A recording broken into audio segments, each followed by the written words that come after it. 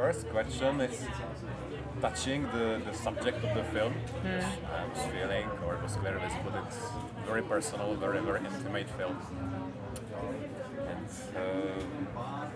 for me, it necessitates a really great chunk of courage to bring such a topic to the film.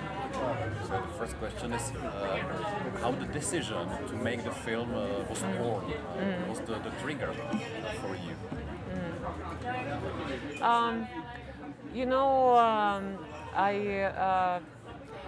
I always, as a person, I always talk about things that bother me or like that I think about, because I don't like to hide or oppress my feelings.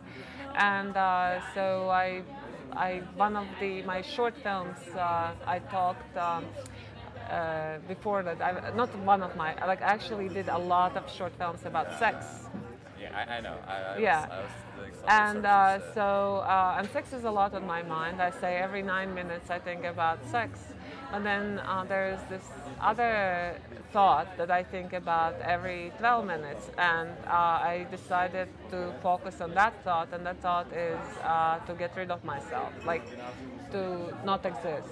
And it's not like really always so specific, but because sometimes it's very specific, like how I'm gonna do not to exist, right? The suicide.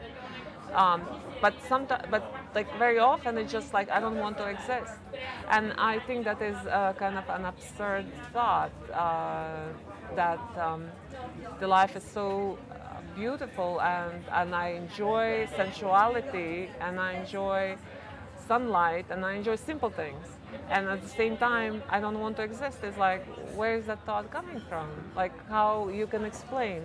And I kind of was taken more by the comedy and absurdity of it in the beginning. I said, well, I'm gonna make a film that is like laughing at this, like how absurd it is, like the absurd is like the distance.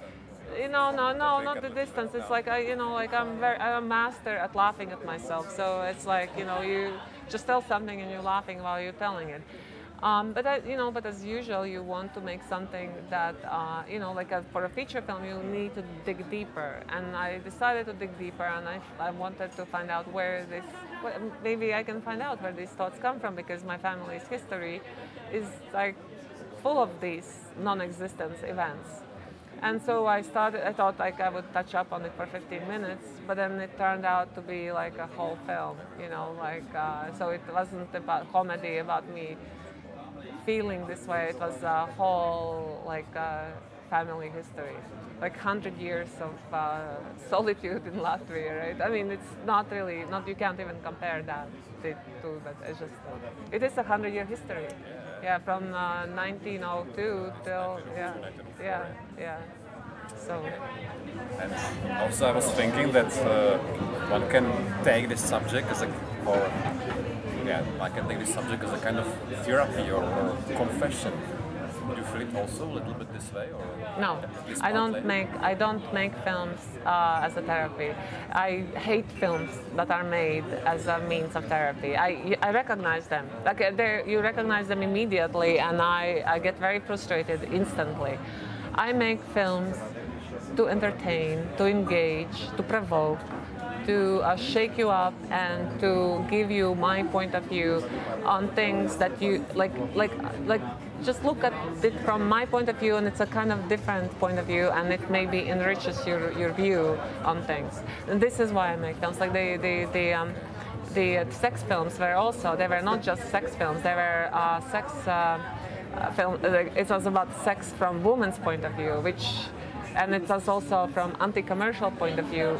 We were brainwashed to believe in certain things, and I was just saying what the reality is such, And so this film also is not a therapeutic film, because if you think about it, just think about it, how much work and effort and your mind goes in a film.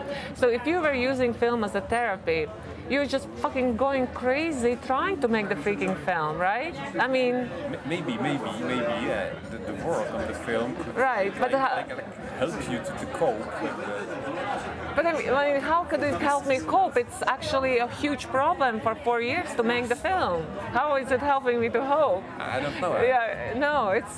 That's why I'm asking. You know? I got maybe it could be taken like this.